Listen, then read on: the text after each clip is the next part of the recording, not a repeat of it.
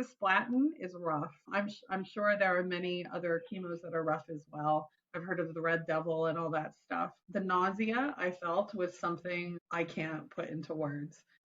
It was pretty brutal, and it definitely impacted me long term. I mean, that was in 2019 I had that cisplatin, and I still have tinnitus. I still have neuropathy in my feet. It doesn't kick off quite as much as it used to. It was excruciating when it happened, but now it's pretty random. It happens out of nowhere, and all of a sudden it feels like there's bombs going off in my feet. I definitely my body changed in the sense that like it just didn't function the same anymore. One of the first questions I had was, am I going to lose my hair? When you're diagnosed with lung cancer and other forms of cancer, you know that chemotherapy might be a part of your treatment.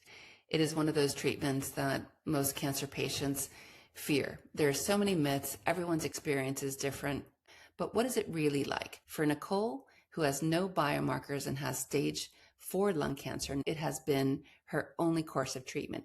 Here she shares what her experience has been like. We hope this is going to help you know what to expect and how to mitigate some of these experiences. Patient Voices is proudly supported by sponsors who have no editorial control over the content. Hi, everyone. My name is Yvonne Diaz. I'm a co-founder of Oncogene Cancer Research. I'm also living with stage 4 ALK-positive lung cancer. To start us off, did you have a preconceived notion about what chemo was going to be like, and was it exactly what you expected? I still have lasting side effects from that. Preconceived notions I had of chemo were probably from television and movies, and I have family members who'd had chemotherapy and treatment and think that it was literally decades ago, so it's quite outdated, and I'm sure was even harder back then. So I anticipated being tired, I anticipated nausea. However, I'd heard so many stories, and I had so many people tell me, oh, my aunt was on chemo and she was running marathons and working, and she set a Guinness World Record. And I'm all, okay, well, if they can do that, I definitely got this. And that's why I'm like, no, I did not have it. I didn't. And cisplatin is rough. I'm sure there are many other chemos that are rough as well. The nausea I felt was something I can't put into words. It was pretty brutal, and it definitely impacted me long term. I mean, I still have tinnitus. I still have neuropathy in my feet. It doesn't kick off quite as much as it used to.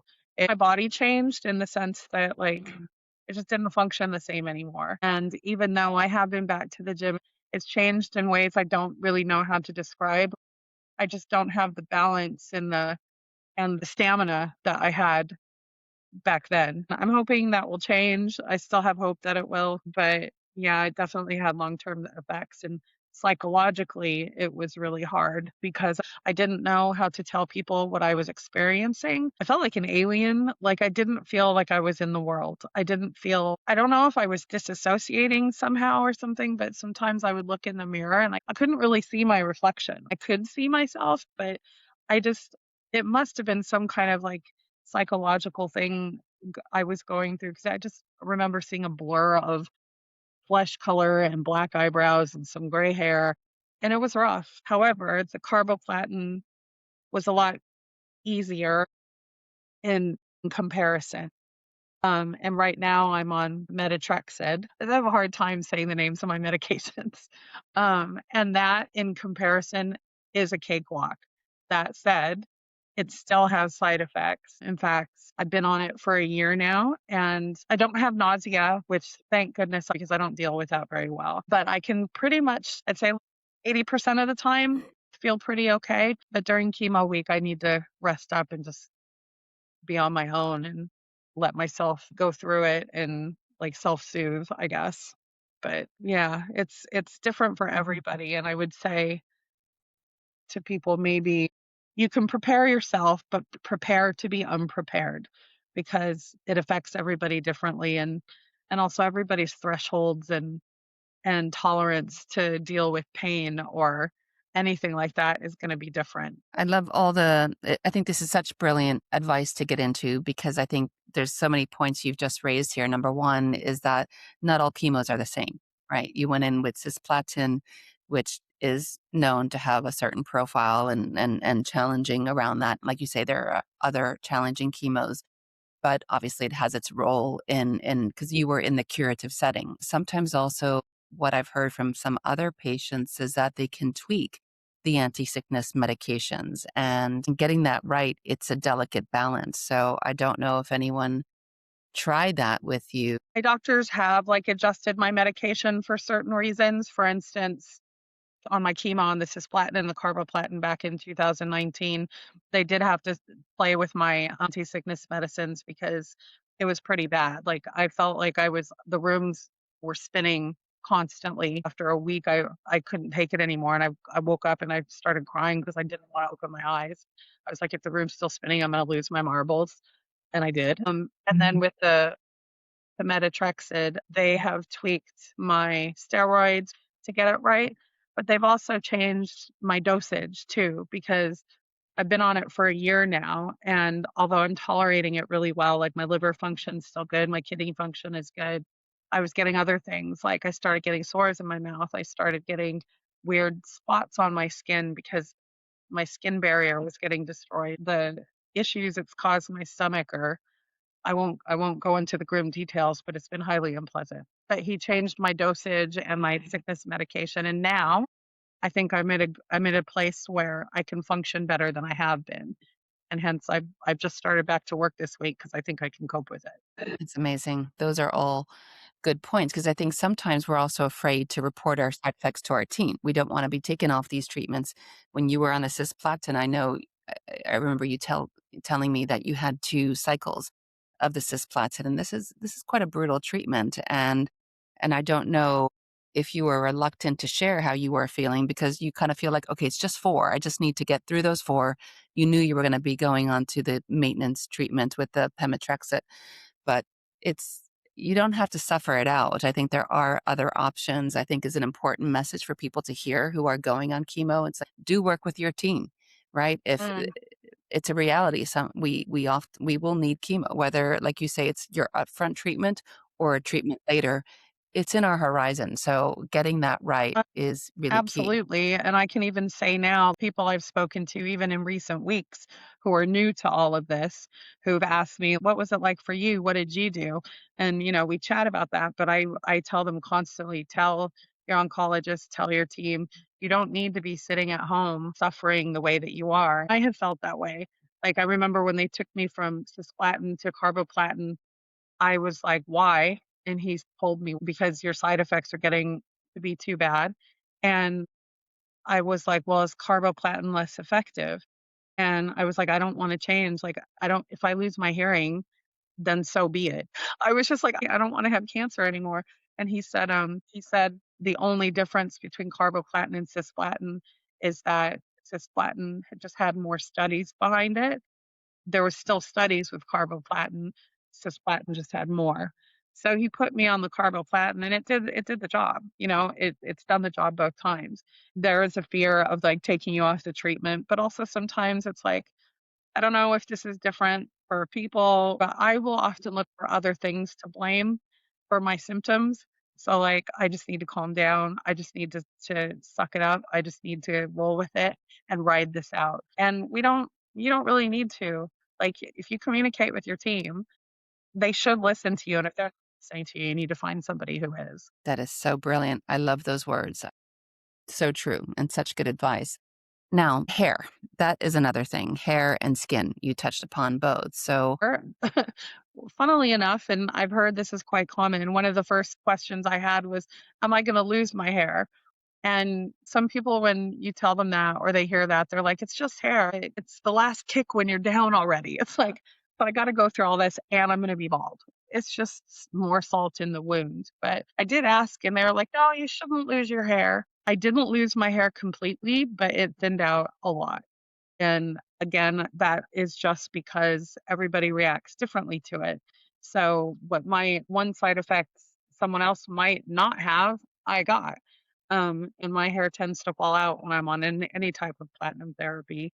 My skin, I really wasn't expecting that much of a change. They did say it would dry up, and so I was using moisturizer, but it more than dried up. You've got your skin barrier, which like protects your skin from pollutants and all kinds of things, and was completely destroyed on my face. And, I'm somebody who years before that, I was using retinols. I was really big into my skincare and I would spare no expense. So to have my skin barrier completely destroyed after spending ridiculous amounts of money on retinoids and all the stuff I needed was pretty disheartening. But it happens and I'm here and my skin's fine now. It will pass. But yeah, I wasn't expecting that one either. I'm glad to hear it passed. I think that's an Yeah. important message. Look, it is a point Mm, in time, and the fact that you're still on chemo, obviously a different chemo, but your skin is recovered, that's really positive. Now, what about the IV infusions? Because that can be a big job, and just the idea, the concept of knowing, my goodness, it's gotta go in through the veins. What was that like for you? And did you decide to get a port or a PICC line? Was that something that was needed? I've always been okay with needles, so it was never a problem for me. And I have a great vein in my right arm that they've been using for years. But over the last year, it's had enough.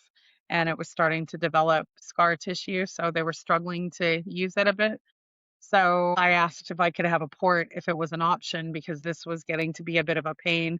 And they were trying to poke in other places in my hand. And that's quite painful. It was for me anyway. So I did opt to get the port in my chest. And I wasn't happy about it at first because to me it was just like, there's another thing I have to do or another mark on my body, but I'm so thankful for it now because it's easy. I'm used to it. They can access it really quickly. It makes the infusions go by so much quicker. I'd say if you have to be on something long term, it's definitely the easier route to go. If you're only on chemo for a few months, then maybe not. But if you're longer than that, which I'm going to be on it until it stops working or until they find a cure, I should say. But yeah, I'm thankful for my port now. Great. Yeah, I do hear that, and people almost get attached to their port. I've heard when people are taking them out, they feel a little bit emotional about them in an unusual way. So I think it becomes a part of your life. You need to do bloods, you need to get the Mm, infusion. It's handy. So that's amazing to hear. And did you have like a kit bag, like when you were going in? Because how long does your infusion take? Some of these can be quite lengthy. So maybe mm, talk us through the time commitment and how you were preparing to spend that time. Did you have an iPad or did you yeah. bring books? What knitting? Um, well, when I first had chemo, when I was on the Cisplatin and the Carboplatin, my dosages were quite different and how they administered it was different. So those would literally take a good chunk of the day. And I'd have to get steroids and other infusions as well while I was there. And then you have to get fleshed out, of course. On the one that I'm on now, on my maintenance of the methotrexate, it doesn't take quite as long. If everything goes smoothly, which it doesn't always go smoothly, I could be in and out of there in like 2 hours. But of course, it depends on making sure all their machines are up and running and everything's okay, and also where I'm at to get it done. Right now, it's taking me, I leave my day for my chemo because if something goes wrong and I'm there all day, then that's just it, just is what it is. My husband used to come with me all the time, and I think he still would prefer to come, but I find it hard to relax when he's there because I feel like I need to be talking and I don't really want to. I just want to stick my headphones on and listen to a podcast or a book or music or just scroll. So I text my sister a lot. I just kind of sit there and try to chill out and just let it do its work and get on, and then I leave and I'm done. But it's the days after that it hits me. So the day of, it's boring to tell you the truth. It's very boring. Right, right. But I think it's so good that you've made it your own, right? And it's so sweet that your husband wants to come, but I know what you're like. It's the same thing when if I have a friend or my husband with me, I'll feel like I can't really relax and just zone out. I feel like I need to be on or yeah. Yeah. And so I think that's great that you've made sure it's what you want, Yeah. how you want to spend your time. And so what are the days after like? And have you noticed a pattern? It's also smart what you said that you just block the day. Don't just think the best case scenario, it's going to be 2 or 3 hours. Just prepare for the worst case Mm. scenario and then be happily surprised when it all comes together nice and smoothly. So I think that's great advice. And then what do you do? now having seen the cycle? How do you prepare for the cycle? I've just started back to work, so I'm kind of in an experimental stage to see how I cope with work during chemo week because for the last year I've been at home. I haven't worked for a year. So generally what I would do is the first couple days I'd be okay. The steroids would keep me afloat and would keep me going and I'd feel okay, but by day 3 I would crash and the fatigue would hit me and I would just want to sleep and watch TV. My taste buds are affected. They're affected pretty much, I think, all the time, but chemo week is there, it's pretty bad. And also, I'm on a shot. I can't remember what the name of the medicine's called, but I have to get injections to help increase my white blood cells for my immune system. And I have to take that 24 hours after my chemo. And I'd say by day 3 of that, I'm in a lot of pain. So I kind of just prepare and I park that day to just kind of like take care of myself and rest and take ibuprofen and drink lots of fluids. But we'll see what it looks like going forward while I'm at work. So I get to work from home, thankfully. My employer's being really good about supporting me getting back into work. So we'll see what happens after that. So with your return to work now, that is a massive change now. I'm so glad to hear that your employer is being flexible and you can work from home. I have a friend who's also at my company and she has her chemo on one day and then manages to work out her schedule almost around it because she is prepared for what happens and knows the cycle now. So I wonder, I don't know if that's already a thing. Oh, it definitely is in my future. In fact, I've got chemo booked. I start doing my scans again in a week, and then a week after that, I start chemo. So I'll be at work and I'm still on a phased return to work. So during that, I'll be able to work out what I think I'm capable of during at least those couple days where it hits me pretty hard. Yeah, I'll work it out. I feel fairly confident that I can. That's great. That's great. You were talking earlier about water. We recently did a chemo brochure, which by the way, I'll put a link up to here. We did this with young lung cancer and also RET positive, and I think it's a great guide and one of the tips because we also had a number of patients in the community come forward with their tips like how do you survive these things, right? Everyone's so individual. What works for one may not work for the other, but we have heard people talking about eating in different ways, or sometimes it's just the fluids, like really taking the fluids, taking electrolytes. I wonder if you have any hacks that have helped you that you want to pass on to anyone else. Drinking a lot of fluids is key because you wanna flush it out of your system because it gets in there, it does its job, but you do have to flush it out. And I've had some people say, "Don't you wanna leave it in as long as possible?" And that's not how it works. I'm pretty strict with myself about making sure I drink a minimum of, like, 2 liters of water, but I count everything, so I'll do the water, I'll add fruit to it, I'll add squash to it, I'll drink tea, I'll drink soups, like, anything to get liquid into my system to get it out. And I pretty much after about 3 or 4 days, then I kinda chill out and I just stick to my water.